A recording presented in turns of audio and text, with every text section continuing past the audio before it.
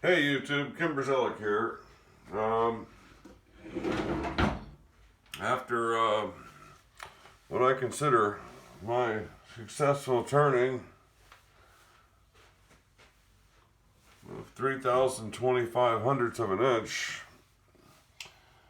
I am going to try to do a little work with cold rolled steel.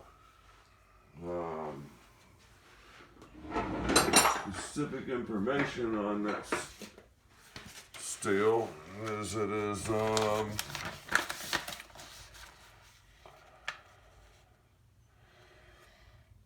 it was 1018, and that piece is, it's got a measurement on that.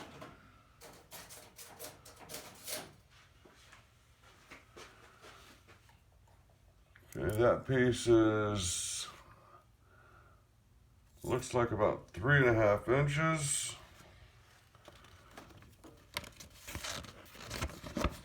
And it looks like I paid $1.42 for that cold rolled bar. 1018.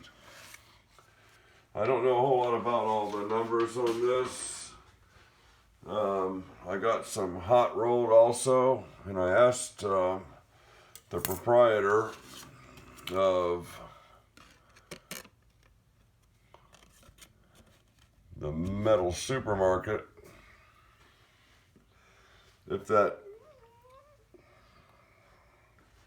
hot roll, how well it machines. And he seemed to think that it's going to behave pretty similarly to the cold roll. And he talked about the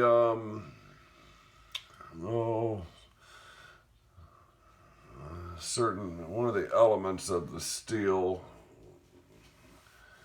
being about equal, and I forget what element that was, but I think it was the element that makes it a little more pliable. If I think of it throughout the video here, I will certainly inform you as I remember. I got the cold roll dialed in, and hopefully you're going to be able to see that.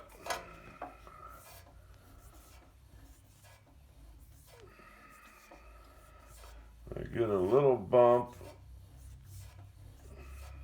right there.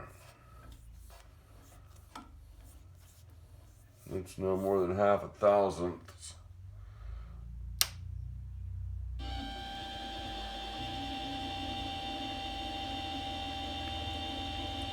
So I'm happy with that, with my Chinese mini lathe.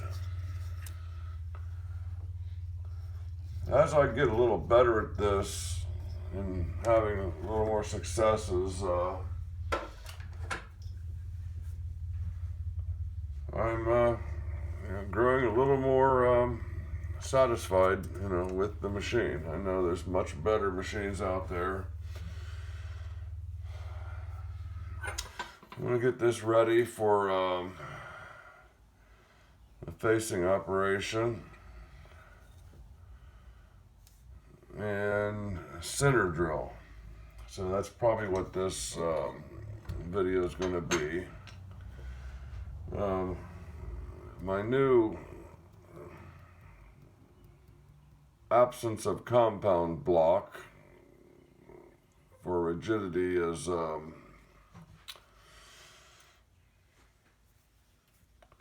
let's just say it's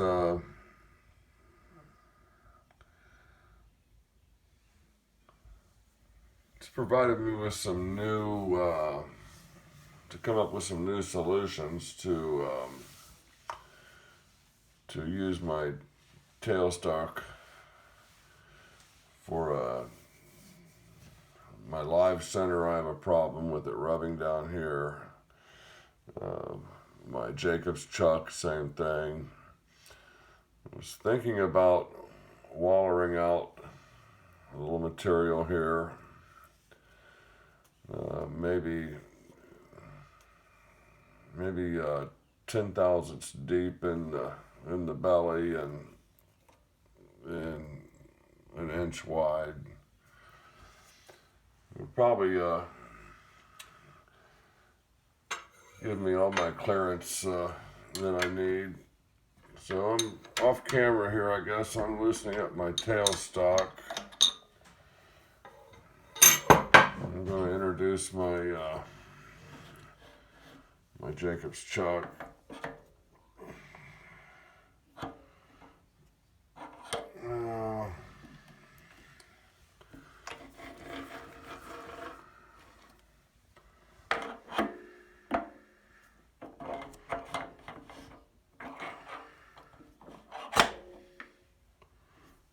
Okay.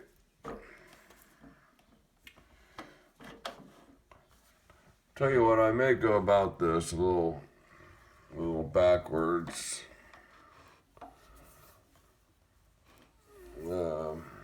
I may go ahead and do my center hole before I face it off. So let's do that. I guess that's probably not the normal order of things, but it's going to be my order today. And I'm going to take a chance of losing my camera angle.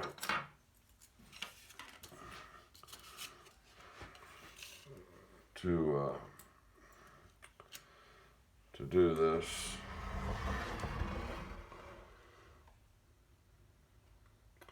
And that might be a better angle anyway.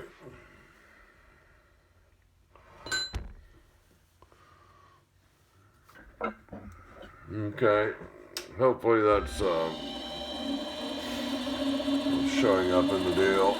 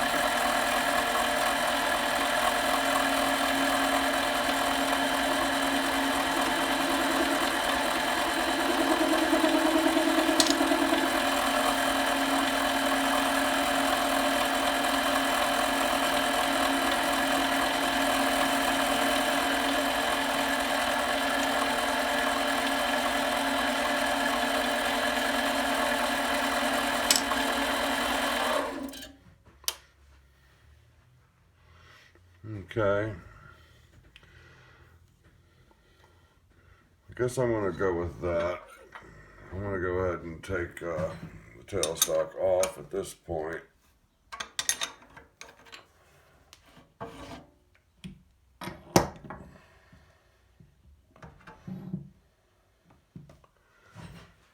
And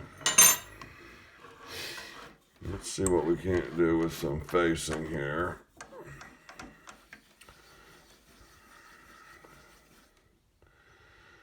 And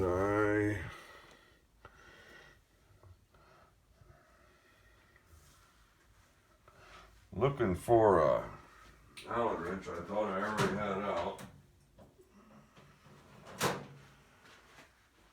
Okay, it's Saturday morning.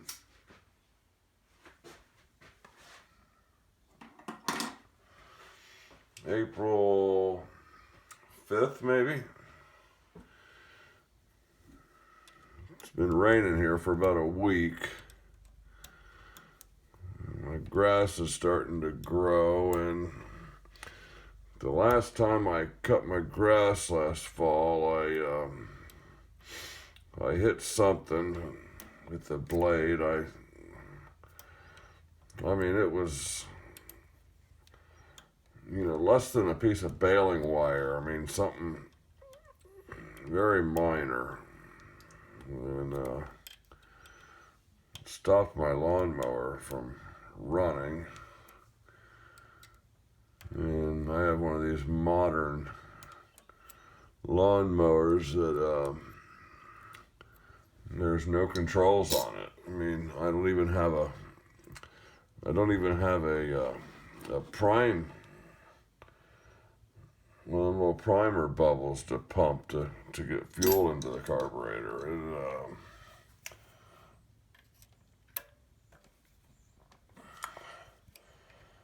So, you know, I look at the carburetor system and there's, you know, little springs and little linkage that, you know, is super fine, and you know, if one of those little springs falls off or gets bent or whatever, I think you're in a situation. There's no throttle. There's no priming bubble to prime the carburetor. There's no choke. Basically, all there is the safety bar, the stall bar, and the pull cord. So I may fiddle around with it, take some things apart, and put it back together. So maybe that'll make it come back all right. Okay, I'm going to reposition the camera now, I think, 'cause I'm not sure what you're seeing now. I'm using my iPhone, and you know, everybody says, you know, don't use portrait mode, and well, I don't even know what portrait mode is. I can't find anything that says portrait mode, but I think this is going to work. I probably should have left it over there. No, let's bring it back over here. So you can at least maybe see the facing operation. I don't think that bar's in your way.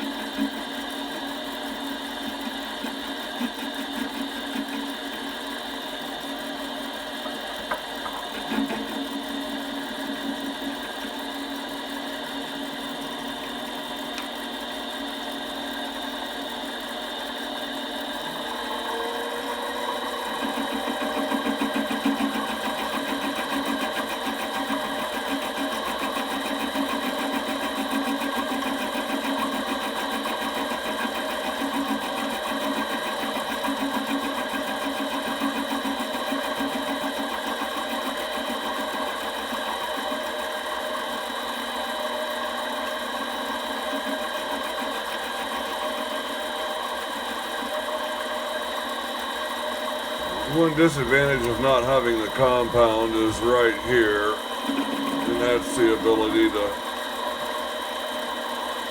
move this thing in small increments.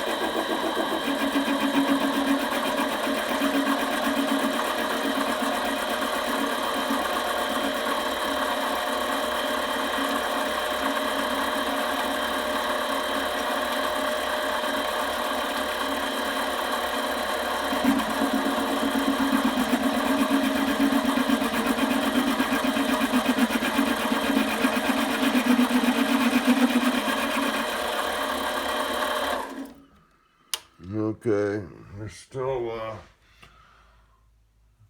only cleaning up about half of that.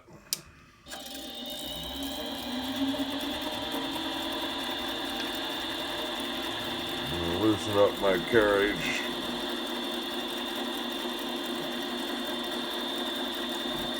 That's going to be a pretty big cut. Let's see if we'll take that.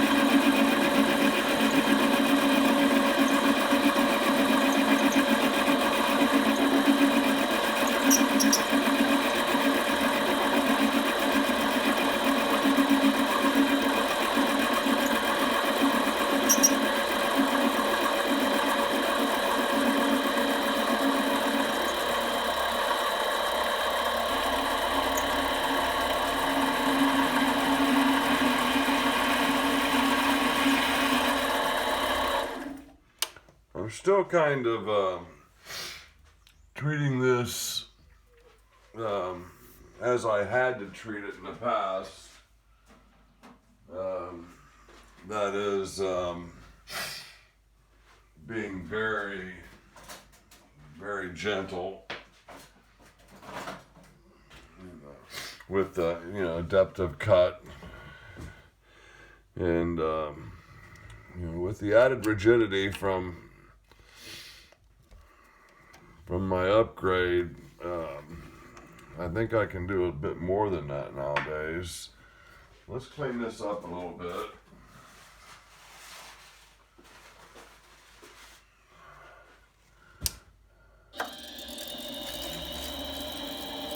I'm just going to take a little paper towel and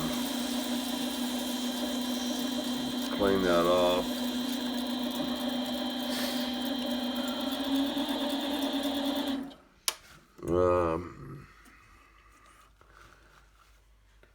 Tell you what, let's just take a, I was thinking about just taking a little run across there and, or just ending this video, getting set up and,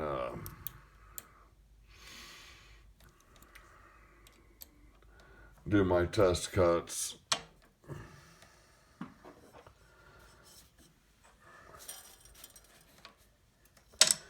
Let's just keep it rolling.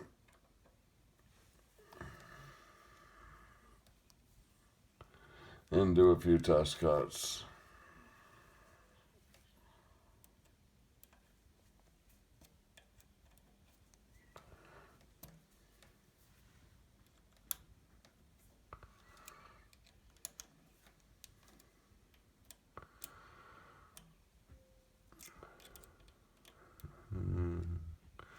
Okay, we got that back. Let's see if we can't square the tool up a little bit.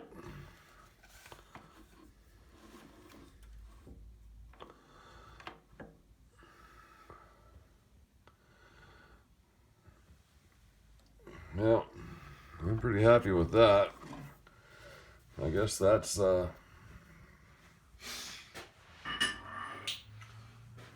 I'm forgetting that's part of the whole idea about this upgrade is that my my tool post is going to remain square. Okay, let's take a little run across this, see what it looks and sounds like.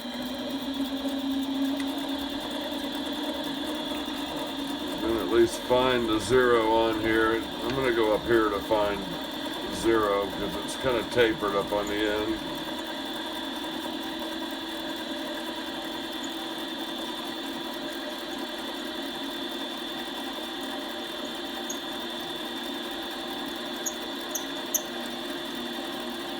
sure takes me a long time to get there. Okay, I'm going to mark that 0. We're still going to call that 0. I probably got... So I'm going to take... I don't have a tachometer. I have no idea what my rotation is. I have some little lines on graduations on my knob here, but let's just say this is my lowest speed.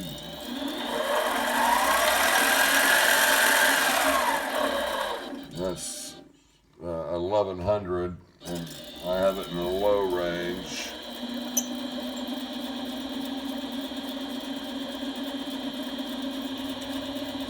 It's supposed to go to 2500. I can't believe that wasn't 2500.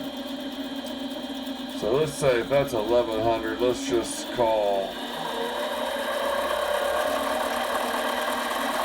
I'm going to take a guess and call that 800. And I'm going to advance my tool.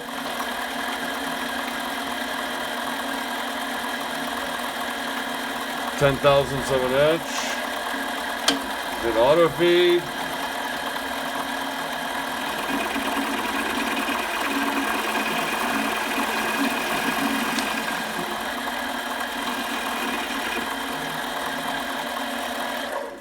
I'll tell you what I'm going to do is bring back my tailstock and introduce my dead center.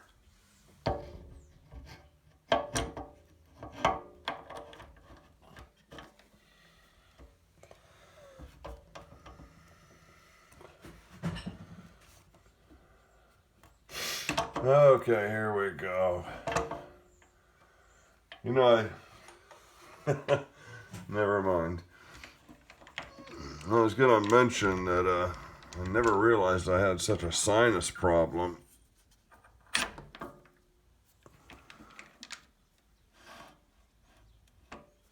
Until I started making videos and, you know, listening to myself at rest. Yeah. Sounds like I have a different problem. I think we're all of about the same age group that we might have encountered some of those other problems in our youth. Okay, let's try starting that again with a little more support back here on the back end. Or is that the front end? I don't know.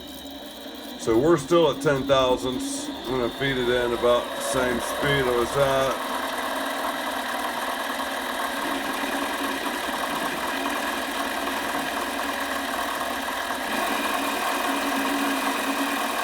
Well, already I can see I have a better finish just from that support.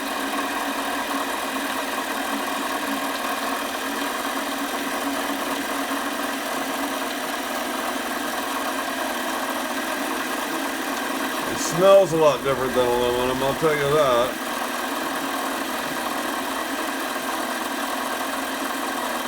Getting kind of longish chips, about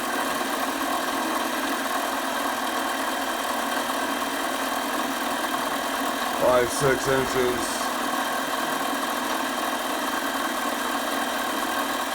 Okay.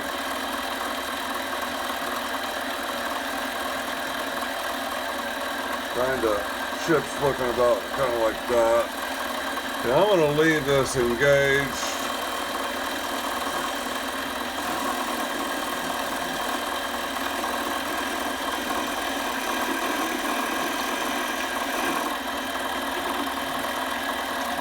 The reason I did that was protect my setting on my little digital readout. So I know I'm 10 thousandths. Obviously there was some alignment issues there because I cut quite a bit of metal cranking it back. So I'm going to try another 10 thousandths, and this is probably more accurately. I tell you what, let's do 15.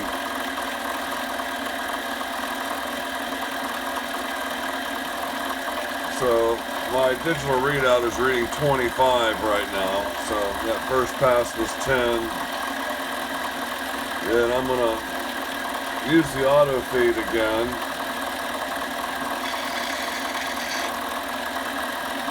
Add a little oil.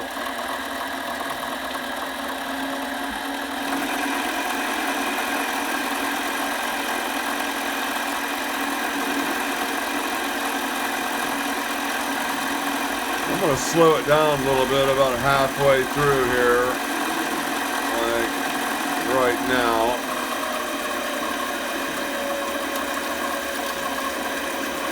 Now I'm getting a chip that is as long as it wants to be.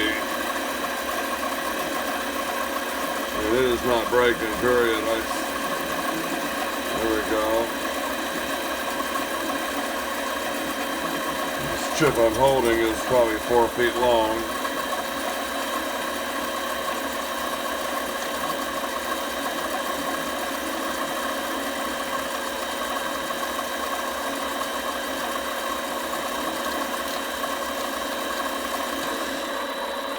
Okay. Yeah, these chips are long. I'm gonna back this off.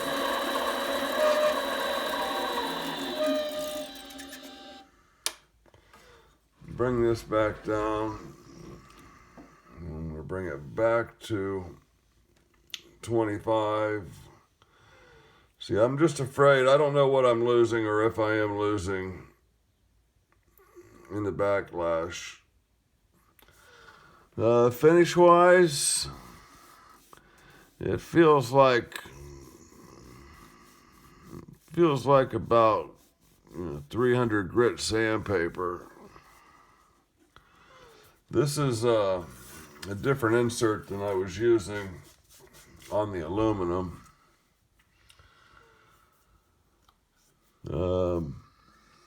It actually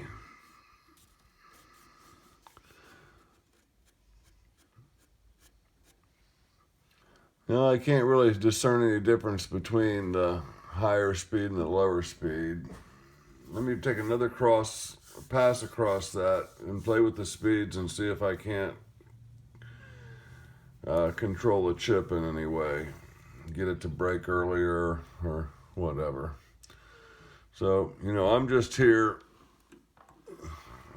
trying to figure this out, and I'm relying on you and your comments to bring me through this. So I'm at 25 thousandths right now, and I am touching there, just scratching. So I'm going to take it up to 50 thousandths, so it'll be a 25 thousandths cut.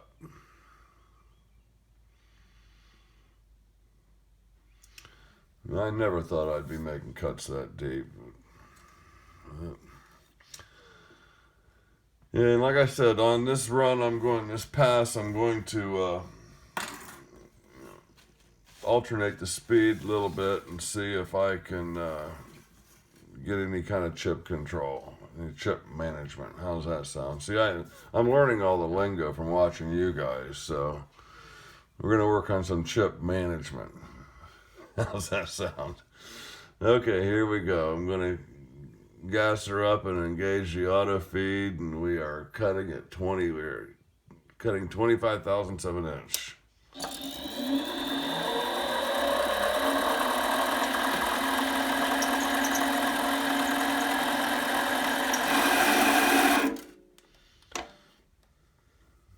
Okay, 25 thousandths of an inch.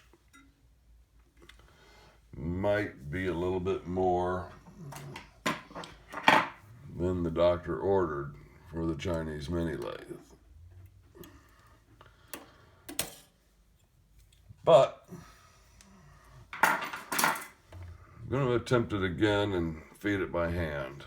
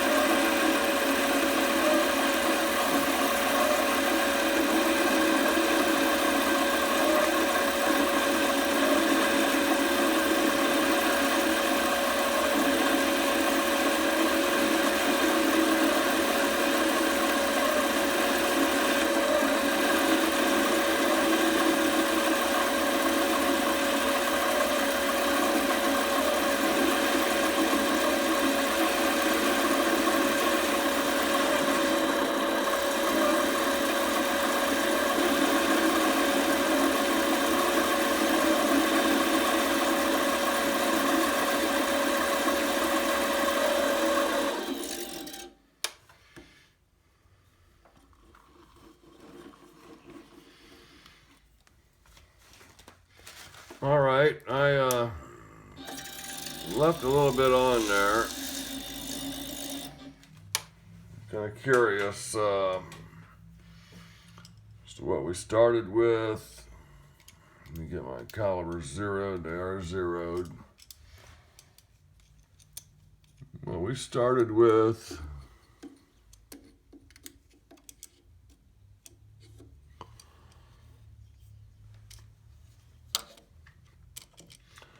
0.999. Not sure if you can see that. There we go, 998 now.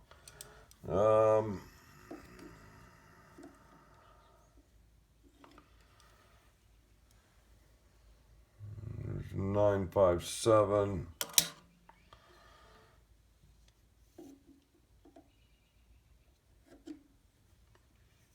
And 901. So we had 999. Let's call that 1,000. So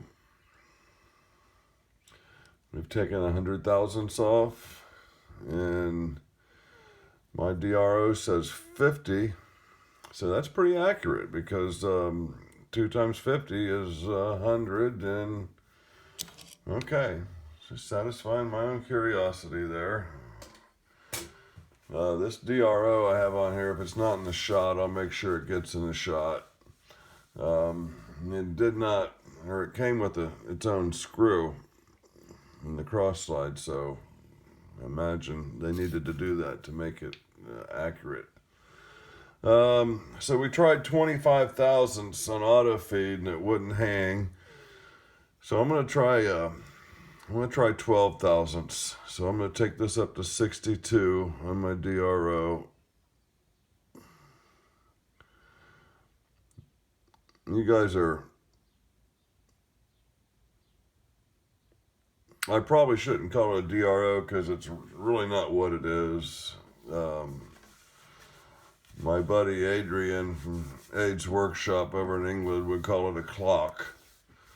So maybe I'll just start referring to it as a clock. I want to thank all the new subscribers I'm having. Aid's is really, Aid's Workshop really pushed me over, gave me a great boost, let's say that.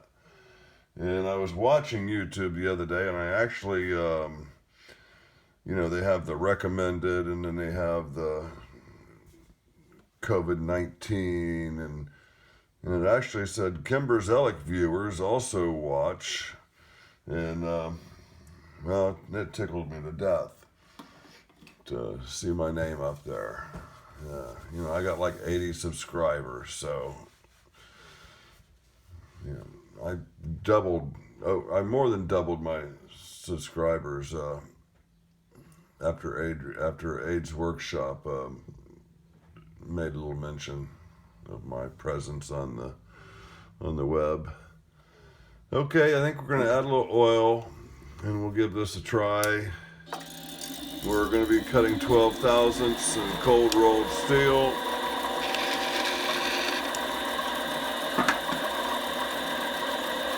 And I'm going to keep it kind of slow. I noticed with some of the real machinists, watching like the real machinists, they don't, speed always isn't the thing. Now see, this is something I never would have, tried in the beginning. I had this thing cranking, flying, man. I mean, it was going to go off the table. So I'm very happy with this. This is 12 thousandths. It looks like the finish is nice. And it's definitely hot chips. Some of these chips are hitting me in the chest. And I'm going to see if I can't run over this shoulder. Should I do that? Yeah, what the hell. Of course, my inexperience cranks the speed up. My inexperience cranks up the speed, thinking the speed's gonna get me through. But yeah, I should probably stop doing that kind of stuff because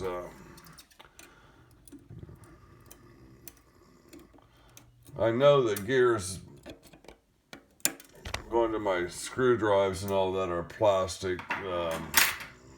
I'm not sure what the gears inside my spindle are, but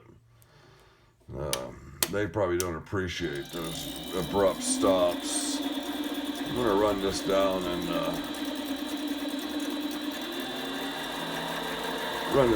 just take care of that little burr.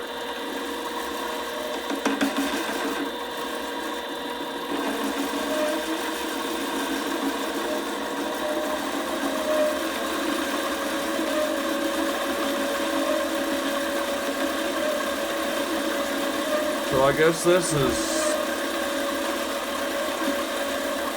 25 plus 12, what I'm doing right now. So that's 35, 36, 37 thousandths.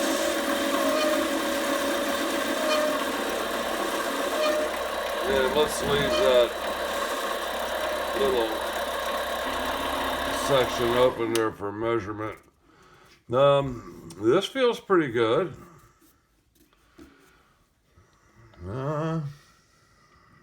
I mean, I don't know. I'm not used to doing, I don't even know if I've done cold rolled steel before or not, but this is a pretty smooth surface here. This is like 400 grit sandpaper, maybe, maybe more, maybe 800. Kind of like that. Okay, we're going to kind of wrap this up. I'm going to pull the camera off the stand here and let you see a few of the things that may have not have been in the shop before. This is what I'm calling my digital readout. And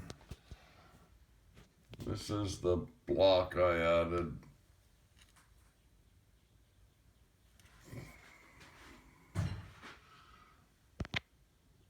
Giving me some stability. And talk about a gross misuse of tools. Does that tick off anybody?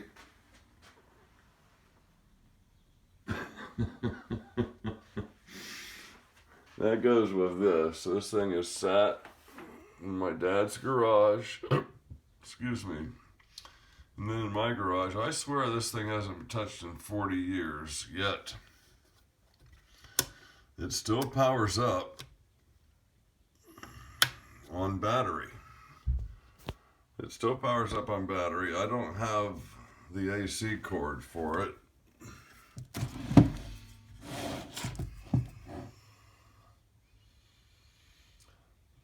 But yeah, it's kind of a mystery in my mind that thing has power in it somehow. And this is I'm using it as a surface plate. And I don't know if you can see that finish. And I've been asking YouTubers, see the striations in that? I've been asking YouTubers to help me identify what that is. Now there's a definite pattern there. And the edges, there we go, there's a good picture of the edge.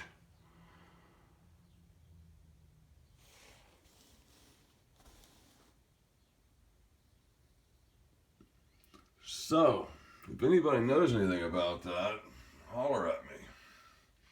Guys, this has turned into a really long video, and hopefully I'm going to be able to use it. Please like and subscribe, tell a buddy, and bring a friend. Guys, have a great day, evening, or morning.